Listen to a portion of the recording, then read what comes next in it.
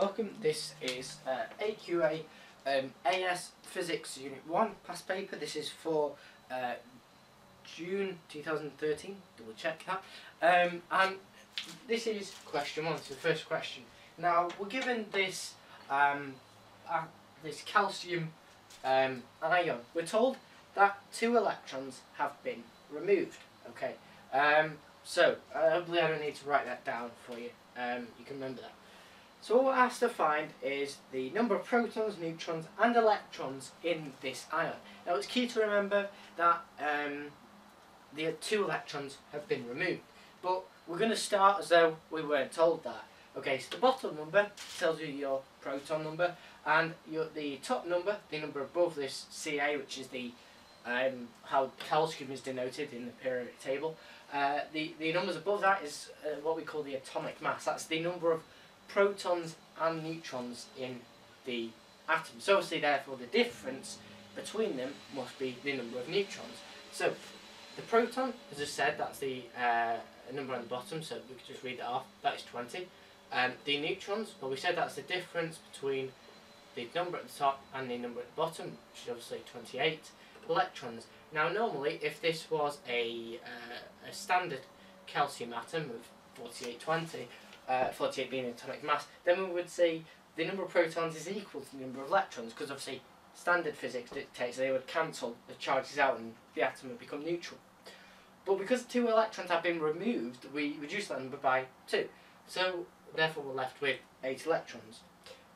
This part B, so or 1I, so that's part I, and this is part II. I don't know why they don't just call it A and B, but whatever. Is asked to calculate the charge of this ion. Now, you obviously know the charge of 1 electron is negative 1.6 times 10 to the minus 19 joules. But because we're removing that, we're removing a negative, so potentially taking away a negative, remember, it's actually plus that charge. However, because 2 electrons have been removed, just show you what 2 looks like if you don't understand what 2 is. Obviously, don't know why I was doing that. But anyway, so we just double that, so it's plus 3.2 times 10 to the minus 19 coulombs. Okay, don't forget the coulombs bit. Sorry, gives you the coulombs bit in the answer box. So, but I just put the coulombs bit because obviously I haven't drawn myself an answer box up. Okay, so that's question 1. That's actually sorry, no, it's not. This is better. So one part 3. We are asked to calculate the specific charge. Now I always write specific charge, the formula for it, before I start working it out. So specific charge. Well, even if you didn't know what specific charge is, you know it's something to do with charge. And specific charge really means, so I guess by saying this you should know the formula anyway, in which case you don't need to remember this. But as I said, if you remember this, you can sort of figure out what the formula would be. So specific charge, well, as I said, it's to do with charge, and it's specific. Now that doesn't just mean you round it to a larger number of decimal points, because then what would be the point of that? Exactly. So it's specific, so it's per something. That generally is what specific means. It means per a unit of something. Now the other thing that we've got to deal with is mass, really, because obviously we're not considering energies or anything like that. We're just considering specific charge. So it's charge per something, and in this case it's charge per unit mass. So therefore it's charge over mass. Or you could simply remember it as just charge over mass. It's totally up to you. But I tried to give you a bit of a head up if you forgot what specific charge meant. Okay, so we just worked out the charge, which was 3.2 times 10 to the minus 19 coulombs. Now, again, with physics and maths, you get the carry-on mark. So if you'd have got this answer wrong here, but you'd have put whatever answer you got in part 2 into the charge part of part 3, they can't, the AQA don't double deduct your mark. So they don't take a mark away from here and here. Unfortunately, they do take a mark away from there if you get it. The mass. Now, the mass, well, we need to know what we're considering. So the ion, and it's key to look at this part. Either it says the ion or the nucleus. Now if it says the nucleus, we don't consider the mass of the electrons. But because we are considering the mass of the ion, we have to consider the mass of the electrons as well.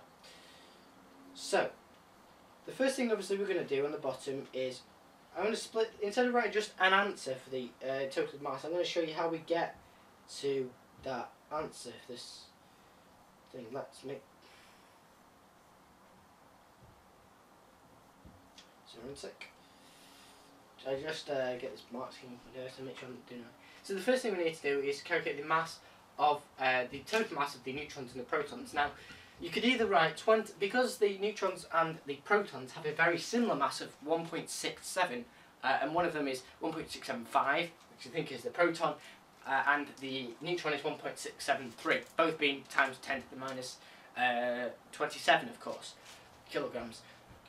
But for simplicity, the exam easily just allows you to consider it to be 48 times 1.67 times 10 to the minus 27 rather than splitting it all up. And so that's a separate calculation. So that's the total mass of the protons and the neutrons. But as I said, this is the ion, so we also have to consider the mass of the electrons. Now, the mass of an electron, you can look in your formula sheet for this. It is 9.11 times 10 to the minus 31 kilograms. But obviously there are 18 electrons, so that's 18 times 9.11 times 10 to the minus 31 kilograms. Okay, so it's good to set it out like that rather than just write in one mass number. Okay, and that gets you specific charge equal to 4 times 10 to the 8 coulombs per kilogram. Now, you may be inclined to do what I did, and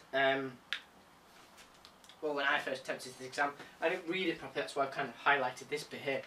It says ion, and I just assumed, naturally, when they get you to talk about specific charge, they don't generally ask about the ion. They will generally ask about the nucleus, where you don't consider this plus 3.2 times 10 to the minus 19 business. You just consider the charge of the proton, which is just the positive version of the electron, and however many protons you have, that's you times that by 1.6 times 10 to the minus 19, which is the charge of the proton, and then you divide that by the mass of the protons and the neutrons. But because this is the ion, and we've just worked, and because it's an ion and 2 electrons have been removed, they want us now to consider the charge and specific charge of the ion. So it's a key understanding of this question to realise that you're asking about ions and not the nucleus. Especially, it's more so in this last part of the question.